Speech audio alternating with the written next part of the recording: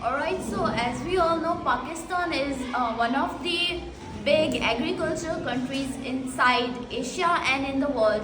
But there are some problems that even Pakistan faces even after being a great agriculture country.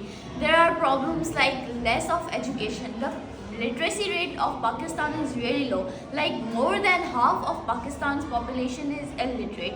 So the people who handle all the stuff related to agriculture are basically not that known about education and all those stuff of how to use modern technology to like improve the agriculture of Pakistan. So they use methods that are time consuming and difficult and also kinda expensive in some reasons. So if the farmers and other landlords of Pakistan encourage using modern technology, then Pakistan could be much better in agriculture. There are also many other reasons, like Pakistan is prone to natural disasters, as disasters are really common, especially in mountainous areas.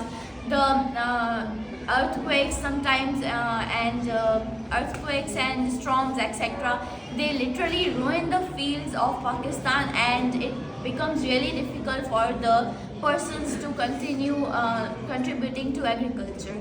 So when they like have difficulties in the agriculture system because of natural disaster, the agriculture goes down, and there's a lot of loss in that field.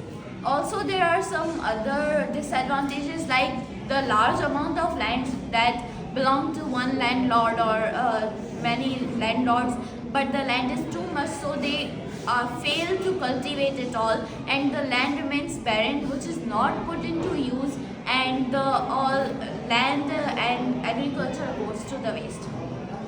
There are many ways to improve this problem by encouraging modern technology, and also by landlords giving their land to farmers and all for temporary time, and so that the agriculture of Pakistan can improve much and much better. Thanks.